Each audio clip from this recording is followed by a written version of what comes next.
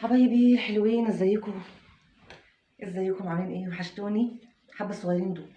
عايزه النهارده اقول لكم على طريقتي في حمام الزيت بتاعي اللي انا بعمله للشعر. طبعا انا كنت لسه حالا بقول لكم ان انا بكره حاجه اسمها الزيوت دي للشعري. بالنسبه لي انا شعري من نوع فتلته، زي ما بيقولوا كده فتلته خفيفه. هو رفيع. فبالنسبه لي الزيت بالنسبه لي بيوقعه خالص يعني. كان بيقع كتير جدا جدا. طيب، عملت ايه؟ بطلت اجيب زيوت خالص خالص. فيجي لي فتره زي اي بنت كده اسمع الناس بيقولوا ده الزيوت وسحر الزيوت والحاجات دي كلها. فايه يعني عايزه اقول لك مدى تاثير النت علينا وتأثير البلوجرات علينا والدكاترة. فاروح اجيب.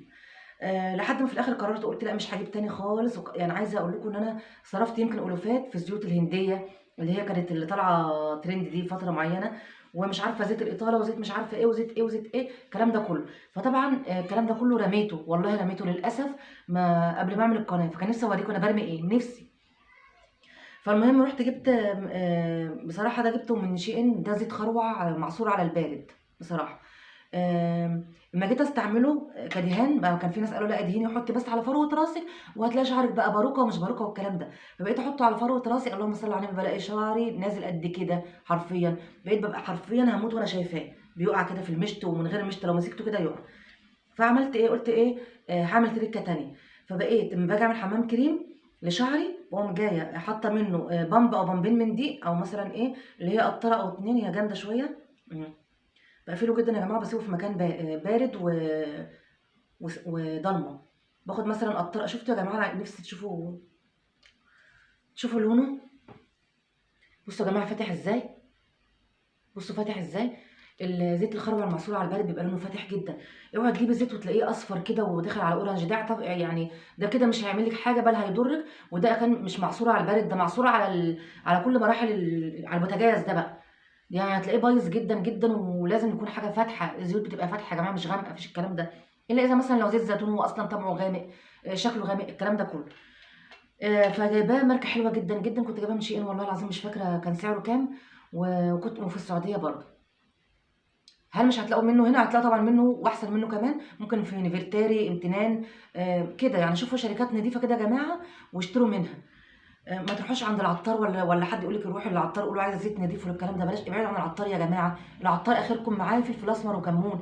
ما بهزرش بجد. زيوت وحاجات من دي لا. آم، فده بقيت الزيت الخروع ده خلاص بقى بحطه على حمام الكريم فقط لا غير. طيب، بس كده يا صفا؟ هو ده استعمالك فيه؟ طبعا. اللي يقول لك بقى شعرك هيبقى باروكه، شعرك هيبقى شبه هند رستم، مفيش الكلام ده. طب عملت ايه تاني؟ لان انا برضو لسه في تاثير. والله بجد يا جماعه البلوجرات والدكاتره والناس دي والله بيعملوا لنا غسيل مخ.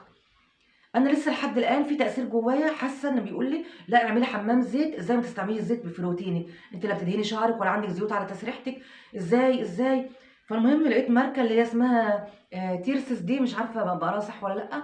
فما قلت لكم كلمتكم على ده في الفيديو اللي هناك، روحوا بصوا عليه. فجبت الحمام الزيت ده صراحه يا جماعه، زي ما قلت لكم. بصوا قوامه، شوفوا خفيف ازاي بيجري. وحد بقى تيجي تقول لي ده لونه اورنج، لا طبعا لونه اورنج لانه حوالي تقريبا 10 او 12 نوع زيوت، نوع زيت. وفي حاجات برضو مواد كده، طبعا هي حاجه طبيه. نسيت اقول لكم دي حاجه طبيه يا جماعه، دي طبيه. انا يا جماعه شعري وبشرتي ما عادش بيدخل عليهم الا حاجات طبيه، معالجه فظيعه يعني. مش الحاجات اللي هي لا خلطات، لا ببص الخلطات ولا بروح للعطار ده ولا اقول له عايزه انضف نوع عندك من الزيت او كده. لا خالص. فالزيت ده يا جماعه شفتوه بيجري على الايد ازاي، وانا جربت لكم قبل كده في الفيديو اللي فات. فبقوم جايه عامله منه بقى ايه، وعنده البامب بتاعه، الابليكيتر بتاعته حلوه قوي. فبفرق شعري كده واقوم جايه عامله وحاطه يعني منه مثلا نقطه هنا، نقطه هنا، نقطه هنا، نقطه هنا. ممكن يخش مثلا في 10 12 نقطه او بامب يعني. وبعمل بقى مساج خفيف جدا جدا. الاكتر من كده المساج زمان بقى كنت بعمل ايه؟ تعملي بقى افضل اعمل كده بقى، ما انت عايزه مساج بقى وتوطي راسك ومش على راسك. ماشي، وطي راسك وكل حاجه، بس ما تعمليش الحركه دي. دي بتوقع الشعر لدرجه ان انا بقول طب ما انا كده بخسر اللي هيطلع، اللي هو اصلا لسه ما طلعش. فانا بخسر قصاده وهو لسه ما طلعش. ده يا ريته طلع فانا بخسره. فقلت لا، يبقى كده المساج بطريقه مش صح. بعمل ازاي المساج يا جماعه؟ ادي بعمل نقطه اهو، ماشي. المساج ازاي؟ كده، يا رب تكونوا شايفين بس. كده كده. بصوا يا جماعه بحرك فروه الراس نفسها. بحرك الجلده نفسها. تمام، الجلده نفسها اللي بحركها. ده كده يا جماعه المساج الصح. وحاول ان الزيت يجي على فروه راسك كلها، اقلبي شعرك واعملي في الحته اللي ورا دي. دايما بننساها وبنهتم بالحته الاولانيه دي بس. لا حاولي، لان شعرك كله يعني مش هنهتم بحته وحته لا. والميزه في دوت يا جماعه خفيف جدا، ما بيوقعش شعري، ما بيوقعش شعر من الفروه ولا بيوقعه من هنا. بسيبه ليله كامله. انما لو كان زيت تاني مثلا زي زيت الخروع ده كنت اسيبه ساعتين واقوم اغسله. وكنت الاقي شعري وقوع وانا بعمله، وشعري وقوع وانا بسلكه بعد ما بعمل المساج، وقوع بعد ما اغسله. كانت يعني حاجه، يعني وقفته حرفيا خلاص. ما انا قلبي عمال يوجعني، انا بقى عمال يقع شعري بس، يقع يقع يقع. طب على ايه؟ بعمل القمر ده. عايزه اقول لكم كمان في زيوت كتير قوي في الصيدليه دلوقتي معالجه. يعني معالجة إزاي يا جماعة؟ قصدي مصنوعة بطريقة حلوة جدًا، جدًا، بنسب معيّنة تخلّي الزيت خفيف. مش زي إن أنتِ تجيبي زيت خام فتلاقيه تقيل على شعرِك، ياخد الشعراية ويُقع، ياخد الجدرة ويُقع. يعني جات لي فترة كنت مواظبة على الزيوت، والله، والله الحتّة دي فضيت عندي. فابعدوا يا جماعة عن الزيوت، شغّلوا مخكم. أي زيت قوامه تقيل ابعدي عنه، مهما كانوا كاتبين عنه إيه، ابعدي، ابعدي. خلاص بعد ما احط ده. وكان عندي على فكرة في زيت تاني اسمه فيفيدول حاجة كده. كده. وواحد اسمه، يا رب عايزة اقول لكم اسمه بنسى، مشكلتي في الذاكرة يعني. حلو قوي. يعني علبته يا جماعة فيها اللي هو اللي لونها اخضر بستاش كده حاجة كده. وكنت بعمله برضو. جيبي عايزة اي زيت، مش مهم الماركة دي، هاتي من الصيدلية هتحطيه خلاص. قومي جاية عاملة كده، شايفة انا بعمل ازاي؟ شايفة كده، كده، كده. هي يا جماعة كده. انا مش بحرك دي اعملها كده. يا ويلك لو عملت كده. انت لو عملت كده لو هتلاقي شعرك كله هنا. اوعي تعملي الحركه دي وانت قاعده بقى تعملي كده وسرحانه. لا، انت تعملي كده، كده بس. هتلاقي الراس نفسها او الجلده نفسها هي اللي بتتحرك. واقوم جايه عامله ايه بعد كده؟ بقوم جايه مسرحاه، ما بيقعش قوي الحمد لله. واقوم جايه لفاه من ورا توكه، بتوكه كده او مثلا ببنسه.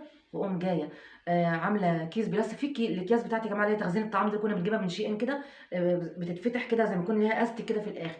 حطيها برضه، نسيت اجيب دلوقتي. بعد ما بحطه اقوم جايه حاطه بقى ايه البونس ستان ده عليه. بيخلّي الشكل يعني بالنسبة لي أحسن من إنِّك تربطي حاجة كده يعني سبحان الله. طبعًا لقيت كذا لون، تجيبي اللون اللي يعجبِك. أنا حبيت اللون أنا باحب اللون الأخضر أوي يا جماعة، والزيتي والبيستاش والكلام ده كلّه. فجِبت اللون ده. ممكن يقولوا لي وشُفت موف. حتى البنت وهي بتقول لي تاخدي ده والّا ده، كانت بتقول لي بتخيّرني ما بين أحمر وموف وحاجة كمان. فأنا اخترت ده، استغربت كده. فكل واحد بقى وذوقه. ف ده روتيني في حمام الزيت. بصراحة ممكن أسيبه ليلة واحدة بس يا جماعة ليلة إيه، ليلة اللي هو الحبّة اللي أنتِ هتناميهم. بس ما تصحيش تقعدي بيه بقى بقية اليوم. لأ، اغسلي شعرِك. أهم نقطة، أهم نقطة يا جماعة، حمام الزيت بيتحط على فروة راس نضيفة. اوعى حد يقول لِك وأنتِ داخلة الشاور حطي شوية زيت واربطي واقعدي شوية والكلام ده. مش هتستفيدي بحاجة. أنتِ أصلًا داخلة تاخدي شاور عشان راسِك مش نضيفة.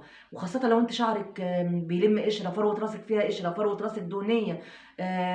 فروة راسِك عليها، لو أنتِ بتعالجي، عليها لوشنات، عليها سبرايات، عليها أي نوع زيت تاني، عليها شوية leave in نزلوا على الفروة. فأنتِ كده فروتِك أصلًا في ذمة الله أصلًا يعني. تقومي جاية رايحة تحطّي عليها زيت على أساس إن هو هيدّيكِ نتيجة أو هيعمل معاكِ نتيجة. طبعًا لأ، لأ، لأ يا جماعة، مش هيجيب معاكِ أي نتيجة خالص. لإن هو أصلًا أنتِ سادّة له أصلًا أنتِ الحتّة دي أنتِ سادّاها له. هيدخل إزاي؟ هيتغلغل إزاي؟ فأنا يا جماعة طريقتي في حمام الزيت أغسل شعري وأمّا ينشف. اوعي تحطّي طبعًا حمام الزيت وهو شعرِك مبلول، لأ، ما فيش حاجة اسمها كده. أمّا شعري ينشف غالبًا بيكون تاني يوم، واقوم جاية عاملة الحمام الزيت. أسيبه مثلًا 4، 5 ساعات أو 6 ساعات، أو ممكن أنام بيه حسب برضه المزاج وحسب الغزالة وحسب الظروف. يعني ساعات أحطه وييجي لي مشوار فباخرج فأرجع ما اغسلش شعري. فاهمين؟ يعني في قواعد كده يا جماعة ممكن تكسروها، بس مش قواعد جامدة. يعني مثلًا لو أنتِ حاطة صبغة على شعرِك وجالِك مشوار هتخرجي، لأ طبعًا كده هتفقدي شعرِك خالص. فأنتِ طول الوقت بتشغّلي مخِّك. هل ممكن لو أنا سِبت الزيت ده مثلًا على شعري ساعتين 3 زيادة شعري هيتضر؟ لأ طبعًا مش هيتضر. هل لو نمت بيه ليلة واحدة فقط ما قعدتش بيه يومين 3 شعري هيتضر؟ لأ مش هيتضر ولا حاجة، ما فيش الكلام ده. أنا بريئة من أي زيت تقيل هتحطوه على شعركم وتباتوا بيه. أنا بريئة من الحتة دي قدام ربنا. أي زيت تقيل هتحطيه على راسك هيقع أصلا في وقتها. أنا بقول لكم يا جماعة، زيوت خفيفة، زيوت معالجة من الصيدلية فقط. ماركات براندات من الصيدلية. حتى البراندات اللي على الصفحات دي يعني ما جربتش منها كتير عشان بس إيه ما اجيش على حد، أو مثلا أقول ماركة وحشة وانا لسه ما جربتهاش. خلاص. وبحط بونس تان وانام بقى.